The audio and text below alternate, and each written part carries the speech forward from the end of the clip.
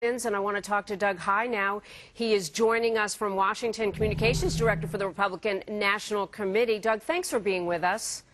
Sure. Good evening or good morning, whichever the case may be. Early hours, and it's great to have you here. Now, when I was reviewing, and I want our viewers to know about the Fox News national exit polls, they're very telling. And what they say is that across this country, people are dissatisfied, many even angry. And apparently, they've had their say tonight. What is your feeling about the results that you've learned so far? What is the plan for Republicans?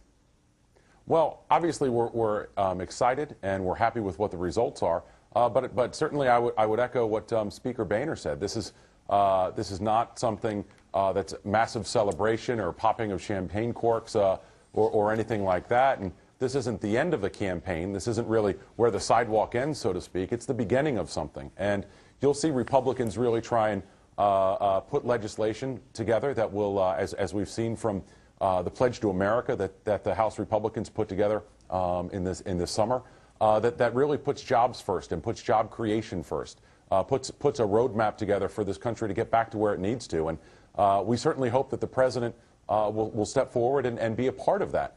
Because we need that to move forward for this country. Doug, nearly half of the states in this country have filed legal recourse against Obamacare, and health care is an important issue for many people.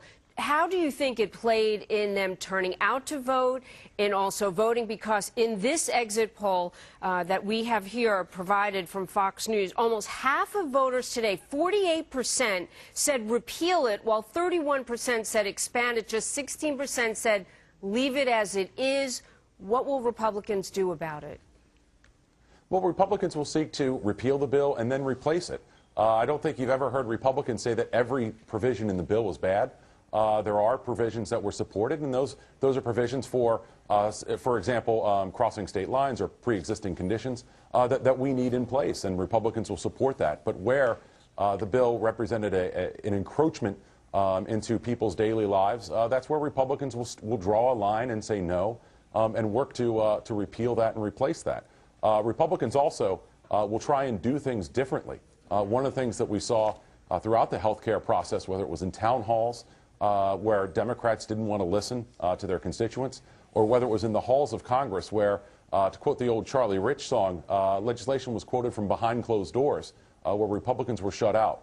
Republicans are going to put a lot of sunlight in it so that we know what's going on. You won't hear a Speaker Boehner saying that we have to pass a bill so that we know what's in it. And you'll see Republicans try and reach consensus. I would say very quickly that the best example of that, I think, is my old boss, Senator Richard Burr from North Carolina, who was elected handily tonight.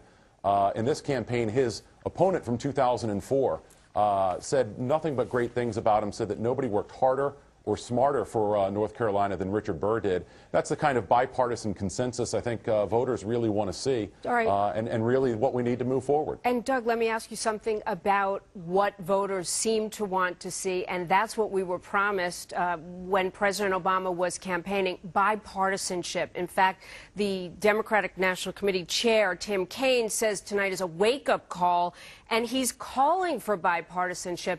Is there anything that Republicans can do to move closer to being able to come to some decisions together, to get this White House as well to listen to some of the ideas that you want to put forward? Well, we've already been doing that. The Pledge for America, Pledge to America, excuse me, is an example of that. We tried to meet with Democrats repeatedly on health care. We put a economic plan literally into the hands of the president. So do you expect greater cooperation, Doug, at this point? After tonight, do you think you'll get it? Well, we certainly hope so. I know, as you've reported, the president has spoken to Senator McConnell and Speaker-elect, which is just a great thing to say, John Boehner. And we really hope that that's there, because that's a message that voters sent loud and clear tonight. One other thing that I have to say that voters sent loud and clear, after 2008, the Republican Party was defined as a Southern white male party. When you take Allen West, Tim Scott, Nikki Haley, Susana Martinez, Bill Flores, that myth is now smashed. We are a diverse party. We're not just a white Southern male party. We're a party that represents all of America, and that's a good thing, and that's something we'll continue to do. Doug, hi. Great to see you. Thank you very much for joining us. Always, Jamie. Good to be in the wee small hours with you.